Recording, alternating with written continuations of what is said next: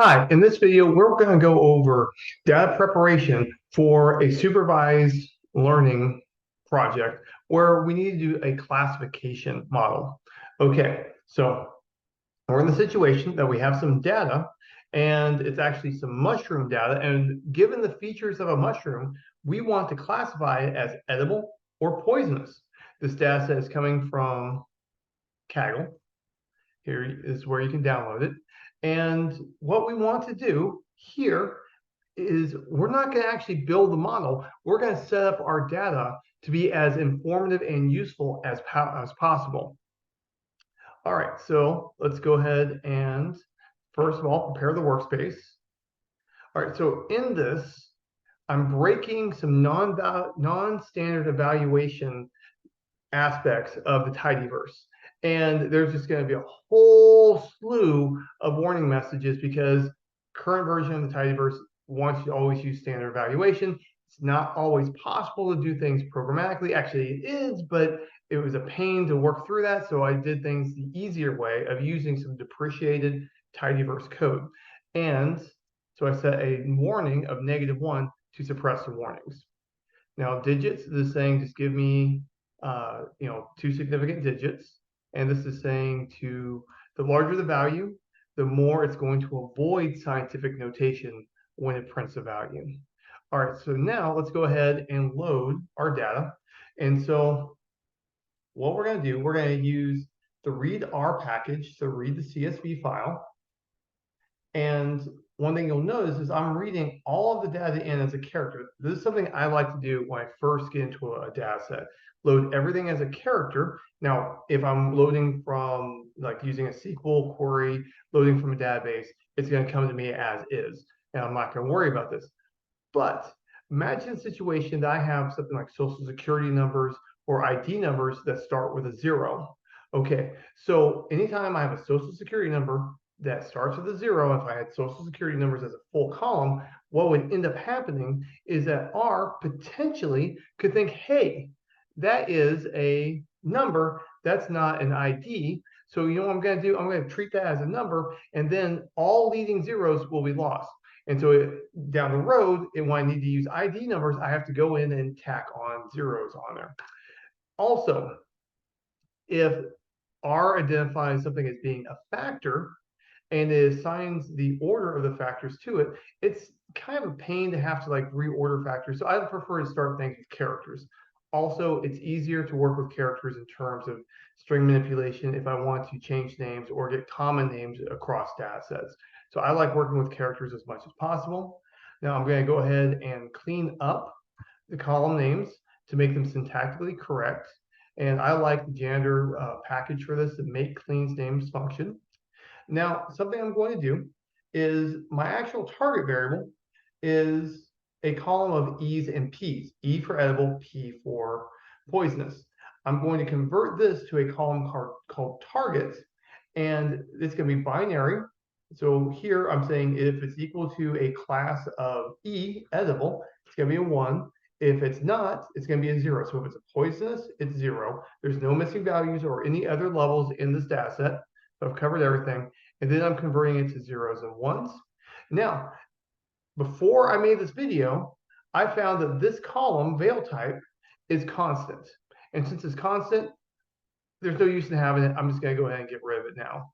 And then this as.data frame, what's going to happen is that it's going to take the output and put it into a proper data frame format for me. If I didn't run this step in the piping, I would end up getting a tibble. I don't like tibbles because some of the older functions in R won't work well with a tibble, but all of the newer functions in R will work with the data frame. So I prefer to always work with data frames. Now, the next thing I did was fill in the missing values with NA.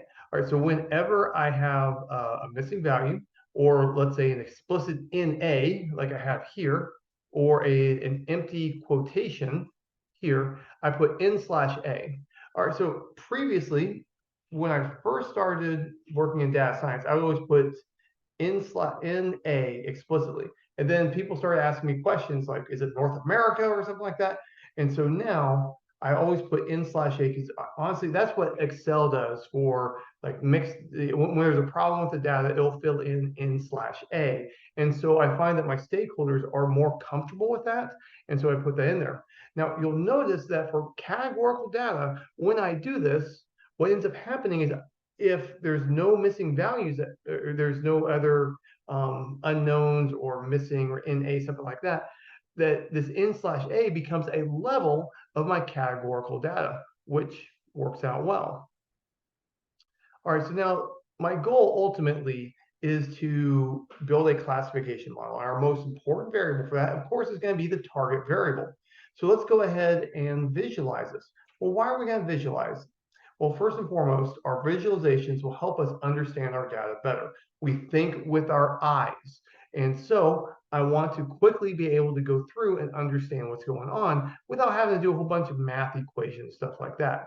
So I want to better understand my data. Also, the plots that I do are going to help me understand, like, what should I do to data prep better?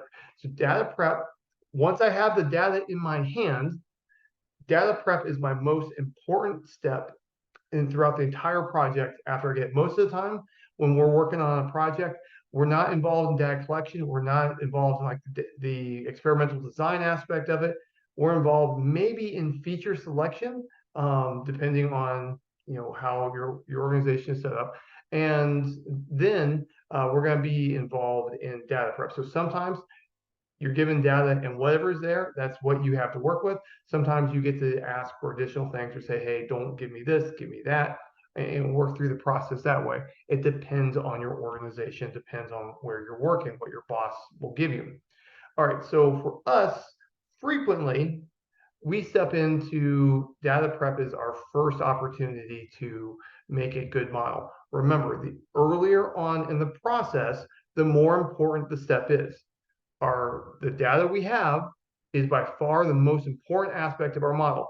Neural networks, K nearest neighbor, random forest, stochastic gradient boosting, those model structures are not as important as good quality data. Quality data is the most important aspect to any modeling project. Well, after that, what's the next most important thing? Data prep, because this is setting us up for success down the road. Parameter tuning, model structure are not as important as our data prep. And also, when we do all these visualizations, I can go to my stakeholders and I can explain what I'm seeing, what I observe, and this will help drive confidence in them and help them to buy in on the output that I'm producing. Remember, if they don't believe in your work, there's no point in even doing the project. So you need to always be mindful that we do this for somebody else. We don't do data science for the sake of data science. All right, so to do this, one thing that I always do when I do ggplot like this is I basically make a plotting data frame that has everything I want in it, and I put things like in a rather clean, crisp manner. And so here I'm interested in counts and percentages. And so here I'm going to set that up. You'll notice I'm going to have counts as n. I'm going to have a percentage, and I'm going to have a label for my visualization that will have the count and the percentage with an explicit percent sign in there. And I find that my stakeholders like this presentation a lot. And then I'm going to run ggplot. All right, this is a really simple bar plot. One thing that I like to do when I do my visualizations is that you'll know that I give it a very explicit title, that I say exactly what it is they're looking at. If there is a conclusion that I want my stakeholders to reach, I'll put it in the subtitle right here. And so that way they can read it, they can see it, they have evidence for it in front of them, they're more likely to believe it. Also, something I like to do is you'll notice I've got data source down at the bottom. I like to say maybe the database I pulled it from, database, schema, table, or maybe I could put in the date I pull the data. That's going to be an important one. I find that this helps a lot when you start talking to stakeholders who aren't familiar with the lane that you're working in. And so let's say that I'm working on a small commercial project for insurance. I'm giving a presentation to someone over in large commercial. They have very different expectations of the data. We are speaking the same language, but their data is very different than my data. And so when I show them something they're not familiar with, I don't want them locking up and rejecting my work. Here, this indicates, oh, that's small commercials data. I don't have to worry about that. That's different than what I work with. And the utilists go, oh, it's interesting to see how things are different on that side of the house, is a typical response that I get, which is inspiring confidence in my stakeholders. All right, so now the next thing I'm going to do is convert my categorical data to, so it's in character format right now. I'm going to put it into factors, and I'm going to set it up so that the most common levels of each of the columns is going to be first in the order of the levels. Now, if I have ordinal data, I'm breaking, like potentially breaking what would be the natural order if I had like a level of high, level of low, level of medium. But just for now, for this purpose, I think it's okay. When we look at the visualizations, if I was going to show the ordinal data to stakeholders, I would have to go back in and adjust the levels to jive with what they will see. Here in this video, I want to get this over with and get this out the door, so I didn't bother doing it. All right, now another thing that I do, and this is a trick that has helped me a lot at work, is that I will figure out a way to identify the order of my predictor variables. So what this does for me is after I figure out the order, I know which ones are, in some sense, from some measurement, I order my predictor variables from most informative to least informative. And so this helps me when during feature selection, I know which ones to be gravitating towards, which ones I'm probably going to be getting rid of. Also, when I show things to my stakeholders, I use that same order. And so in a moment, when I show you the visualizations, I'm going to show you the ones that are more informative first, the more informative predictors, and I'll go progressively to the ones that are the least informative.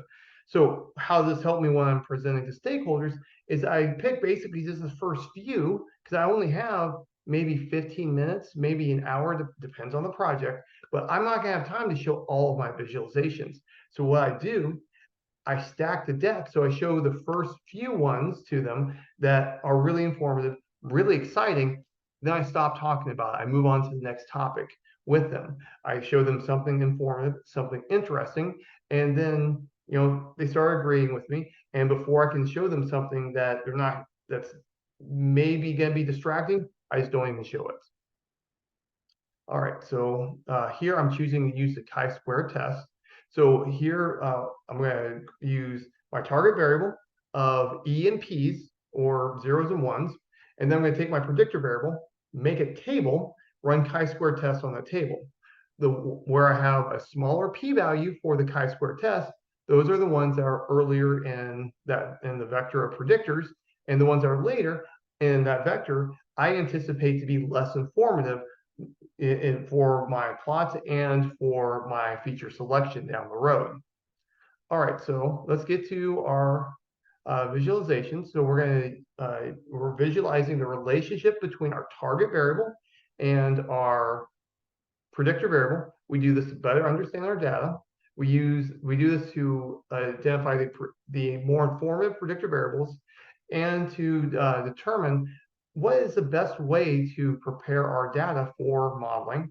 And also, we want to inspire confidence in our stakeholders. We want to show them when I'm only using one predictor variable, I know what I'm talking about, so they trust what's going to be given to them down the road.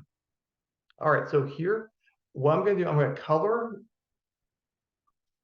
my bubble plot. I'm making a bubble plot. I'm going to color everything by 3 colors, and this is going to correspond to like the percentages. And I'm doing the same trick I did before with ggplot, is that I'm going through, I'm doing the counts, I'm doing the percentages, I'm working out all the details, and then I'm going to make a bubble plot, which is just a regular scatter plot, but where I control the size of the point by a variable that's important. And so here let's look at the first one. All right, so in this first plot, it's a bubble plot. Here we have bruises on the mushrooms. And by the chi-square test, this one is the most informative. You can see that it gets the p-value gets rounded down to 0. And now you'll also notice in the subtitle, I'm saying, what is the conclusion? If I see large red and blue bubbles, that's an indication I have something more informative. So if I have large blue and red on here, then I have a variable that's more useful. So I set this up so that if it's blue, it has a higher percentage in terms of like going vertically here. So when bruises is F, 69% are poisonous, 31% are edible. When bruises is true, only 18% are poisonous and 82% are edible. All right, so here I could have a model right out the gate where if I see F, I classify it as poisonous. If I see a T in terms of bruises, I classify it as edible. Now, we notice that right out of the gate, I'd have about a 20% error rate here where we, eating something poisonous that we don't want to. So this is not a sufficient model, but this is a first step. I've done this with one predictor variable, and I've got something going already. You'll notice that the size corresponds to the number of dots, and the percentages are in terms of the predictor variable. 82 plus 18 is 100%. 31 plus 69 is 100%. Now, the second most informative by the chi-squared test criteria is going to be odor. And so here, if the odor level is no, then I'm thinking it's probably going to be an edible, an edible one. Now, also, if it's no, A, or I, it's likely going to be edible. If we see levels F, S, Y, P, C, and M, probably going to be a poisonous mushroom. And so right out the gate, I've got something to work with already.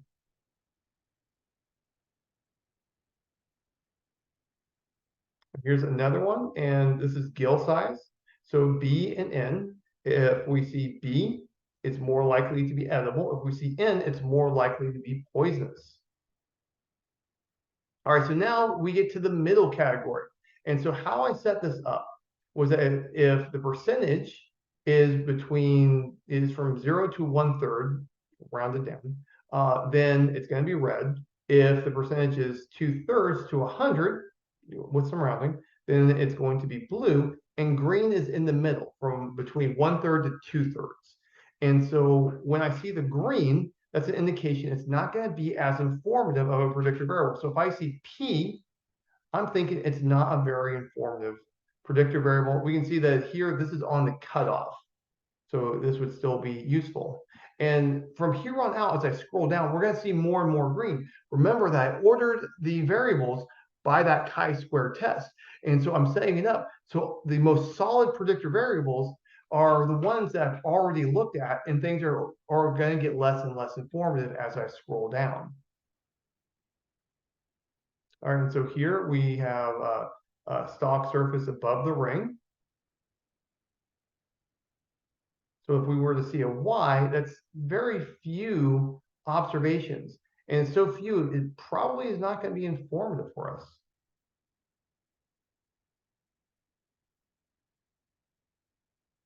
And so we're just scrolling down, and you'll notice that the dots start getting closer, overall start getting closer to the boundaries of it. And so here we can see like, green is with the largest, I have these ordered by the most frequent to least frequent. And so here you'll notice in all the plots, the bubbles to the left overall are larger than the bubbles to the right. And so with W, we can see that we don't really have as strong of a distinction as we had with previous predictor variables. And we can just keep on scrolling through. We can see that proportionally we're getting more green. This one doesn't have as much green. But, we can just keep on going.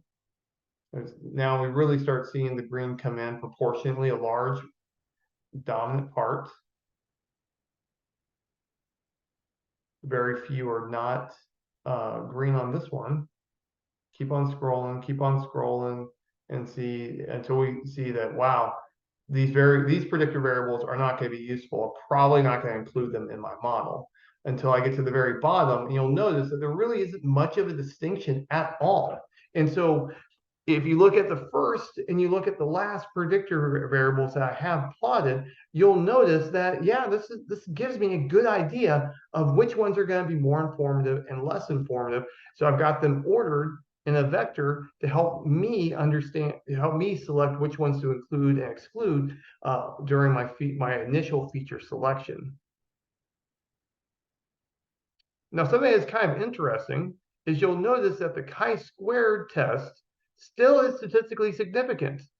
Well, how I set this up was I went with the smallest p-value and just sorted off of that. So the smallest p-values first, largest p-values second. When I have a large amount of data, virtually 100% of the time with large amount of data, my chi-squared test will be statistically significant. That's an artifact of just having a lot more data, because it's, the chi-square test is set up to detect differences, even if those differences are relatively small. 44% and 56%, if 6% moved over here, these would be 50-50. If 4% moved over here, these would be 50-50. These aren't that far apart from each other. And so, there is a difference here that I have enough data to detect that difference. But for the purpose of machine learning, this isn't that useful compared to what was above. Now, next thing I'm going to do is I'm going to run association analysis. My goal with this is to guide me through the feature selection process down the road. So for when I have numeric variables, typically I'm going to be using correlation. When I have categorical variables for association analysis, I'm probably going to be using Cramer's V. Cramer's V takes a chi-squared test, it takes a chi-squared statistic, and alters it so that we go from 0 to 1, similar to correlations. And now it's a different measurement, but it's on the same overall scale, and that helps us interpret what's going on. And so here, I am treating Cramer V as if it was correlation. And I'm putting it into a correlation plot. It is not the same as correlation, but operationally, for making decisions on machine learning, we treat them very much the same. And when I do my plot, when I do a correlation plot, I almost always want to put things in an H-cluster ordering, a hierarchical clustering order. Typically, either we're going to use Ward's D or single linkage. Ward's D does a better job of having like even subgroups, while single linkage does a better job of finding outliers, depending on what you do. And from my experience, I haven't not seen this written down. I haven't seen this in a textbook or a journal, but from building model after model, I see Ward's D and single linkage being like two different extremes. Also, a third one that's very common to use is complete linkage. It's a good default hierarchical clustering method. I've met several scientists that's the only one that they will use. These were all biologists or medical backgrounds, by the way. And so here I have my correlation plot, and the bigger and darker the circle, the stronger the relationship between these from Cramer's V point of view. So think of it, it's incorrect to say this, but think of it as like correlation. If I have bigger, darker circles, I have more correlation between these categorical predictor variables. And so now I'm going to go ahead and do variable clustering. My goal with the variable clustering is to go in and identify if I remove a predictor variable, will other predictor variables pick up the slack? All right, so, and I'm going to do Ward's D, and then I'm going to do single linkage. All right, so when I look through here, we can see stock surface below ring and stock root are coming together rather low in the dendrogram. That's an indication that if I was to get rid of one of these two, the other one probably would pick up the slack, pick up the loss of informative value.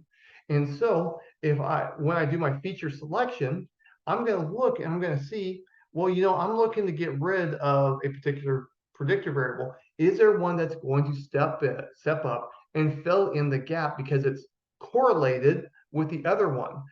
Because if I have correlated predictor variables, I don't need the redundancy. I want as few variables as I can to get the most informative value possible. Now here, I'm using single linkage for hierarchical clustering, and this is showing that cap surface and cap shape are very different than all of the other predictor variables. And so in this situation, I'm probably never going to throw out cap surface or cap shape from my model. When I do my feature selection, even if my method says get rid of cap surface or get rid of cap shape, I'm probably going to keep them in my model anyway. Why? Because there's nobody to pick up the slack on losing that predictor variable. All right, so all the data that I have for predictor variables is categorical. Now, one thing that I like to do is I like to always bin my data, my predictor variables, into two levels. Initially, for my first go around as I'm building my model. Why do I do that? Well, when I have more predictor variables, it takes longer to fit the model. It's harder to interpret feature importance. And we can get into issues with having sparse predictor variables that aren't really useful. And so for interpretation and speed, but not necessarily the best model possible, I like to bin my categorical predictor variables into two levels.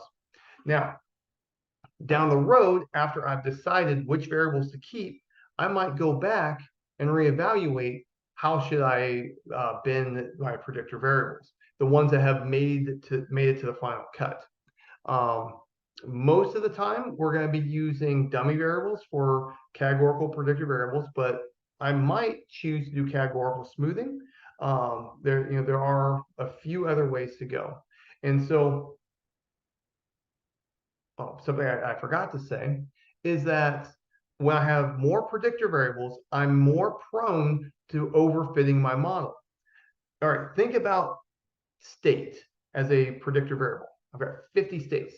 Okay, if I convert that to dummy variables, that's going to be 49 or 50 predictor variables. So I'm much more likely to overfit if I go from one predictor variable of state to 50 dummy variables. That's a lot. And so I'm making myself more vulnerable to overfitting when I have that many predictor variables. If I bin them into a 50-50 manner, I'm not really exposing myself to that risk. Now, I am making things more coarse, but it's a good setup for like an initial pass.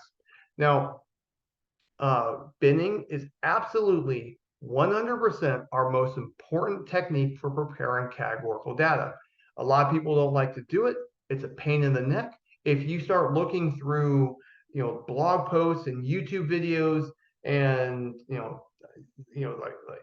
people talking about, supervised learning projects, they almost never talk about data prep. And they really don't talk about binning categorical variables. Why not? Well, because it's a pain, it's frustrating, it's not sexy, it's tedious, it's not much fun. And that's no different here. But binning your categorical and ordinal variables is absolutely the most important data prep step for that type of predictor variable. All right, so my goal overall, since I'm doing it two levels, I would prefer to have 50-50 binning. Now, if I can't, let's say that if I had three levels of a predictor variable, I would prefer to have, 33% rounded off, 1/3 for each level. If I had 4 different levels, I would want 25% for each one, and so on. Why do I want that way? from like an entropy point of view, this is potentially the most informative predictor variable I could possibly have. So what I want to do, I want to prep my data so that I bin into as close to 50-50 as I can. Okay, so I've got two ways that I choose to do this. Actually, another way that I didn't put it down there is subject matter expert. If I have subject matter knowledge, if I have understanding of what's going on, I can put things together real easily. Now, I don't know jack squat about mushrooms, honestly. So I'm going to have to automate it.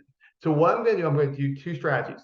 First one is when I have like one big chunk, I'm going to throw everything else into an other category. So I'm going to take all the low frequency ones and have another. So I'll have an other and then like a big chunk here. The other way that I'll go about this is to group by the average of that target variable I have. So I'm going to look at the different levels of the predictor variable. I'm going to look at the average number of the percentage, the fraction of edible. And then I'm going to put levels with similar percentage of edible, put them together. And so I'm going to be grouping by the conditional average of this. So first one I'm going to do is other. Now, before I made this video, I figured out which one should be done by conditional means, which ones should be done by the grouping by other. All right, so these ones are the ones that I would choose to do by other. These ones are the ones that I'm going to do by conditional means. These, honestly, these four didn't really go well either way. I decided to go with other for them, but it really wasn't a strong result. I ran it both ways on these, and I feel like neither one was really good, so I just went with other. All right, so I'm going to group the low frequency ones into an other category. And so here I'm just printing out what I have. And so here you can see on veil color, over 97% are at the level of W. All of these are going into the other category. Here, 97% have Gill attachment of F, so my other is going to be A. Here I could actually have gotten away with no other category, but that's all right. Here, over 90% is O, so I'm putting T and N into their own category. 84% is level C for Gill spacing. Now this one, we could have actually gone either way off of this one. I computed it both ways. I felt so something I like to see if after I do my binary binning, I want to have from 1/3 to 2/3 is the range of what I have. If I don't have that, then I'm going to bounce to the other method I'm going to use. So I started with conditional means. Here, this one is pretty close to, I could have actually gone the other way with it. I decided to, put all of these into an other category. So I want to have the proportions for both the large group and the other to be between 1/3 and 2/3. That's my personal criteria. All right, so here you can see that this proportion is more than 1/3. These are all going into other. Now here, there's only one way I can prep this. I'm putting this one group by itself. The rest are in an other group. Right here, this is by itself. The rest are in the other category. This is by itself, and the rest are in the other category. All right, and so that sets it up. So when I see this first level, after I'm done with the data prep, I'm going to have a 1. For all of these levels, I have a 0. When we see this level, we have a 1. For the rest, we have 0. When we see this level, we see a 1. The rest are 0. And that's my binary binning. Now, the next one is a little bit more complicated. All right, so let me show you the output of how I'm approaching this. So what I'm going to do, I'm going to take all of the levels of the predictor variable. I'm going to order them by the average or the fraction of edible. All right, so I'm taking the levels, I order them by the fraction of edible, and here I have the counts. Here I have the proportions. All right, so what I want to do, I want to find the half of the data that's in one group, the other half is in another group. And I want this to be approximately 50-50. All right, so if I was to go down this list, I could go, I could keep adding up the n until I'm approximately 50-50. Okay, now there's kind of a sticking point with this, because something I could also do is I could add up coming from the other direction. So if I add this way from top to bottom, and I'll stop once I cross 50-50, or if I add up from this direction and I stop once I get 50-50, I can actually get two slightly different values. And so two slightly different cutoffs. If I have small levels in the middle of this data frame, in the middle of the list, it's not going to make much of a difference. If I have a very large proportion in the middle, it can give me like groupings that aren't optimal. And so what I'm going to do is I'm going to add up going from top to bottom like this. Now what I'm going to do over here is I add up going from bottom to top, but I subtract, I take 1 minus the proportion. So here I take the proportion, I'm going to add them up, and then I'm going to subtract 1 after as I go along and add up, and here is that. And so this, you'll notice that we start with, we have 0 here, and we're starting at 1. It's possible that like here there'll be times that you won't have a 1 on this. And then I just take the average of the two. I find that this averaging is actually the best way to do this automated grouping.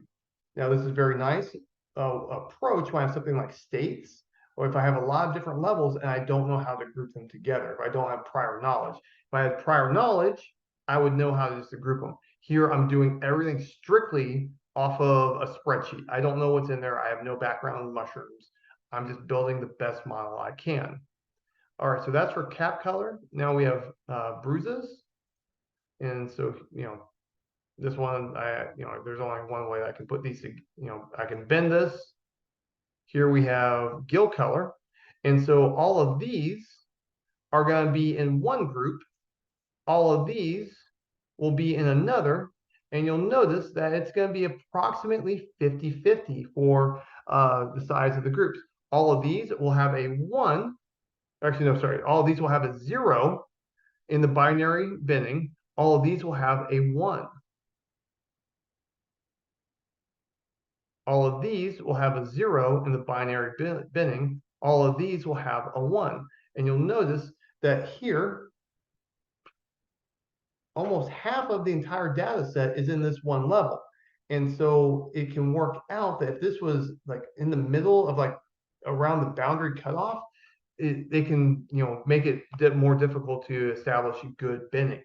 Now, here I'm talking about 50-50. Now, I can easily have approached this by doing like 1/3, 2/3, or 25%, 50%, 75%. To bin things into 4 different subgroups.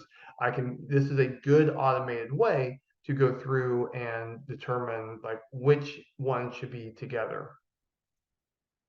But subject matter knowledge is actually the best way to go. All right, now here you can see that we have a bunch of very small levels, very small proportions, but they're all edible, which is kind of interesting. There's small ones. What we're going to do, we're going to throw them into the same bucket as N, and you'll notice that we're and with K. And so we're kind of evening things out, and we just keep on running through this. I like this technique. I find that this is a fast way to go. I've implemented this in Python also. Now, when I'm all done, I'm going to check the results. So I want to see that the minimum value is 0, the maximum value is a 1, and the mean is, for most of them, between 1/3 and 2/3.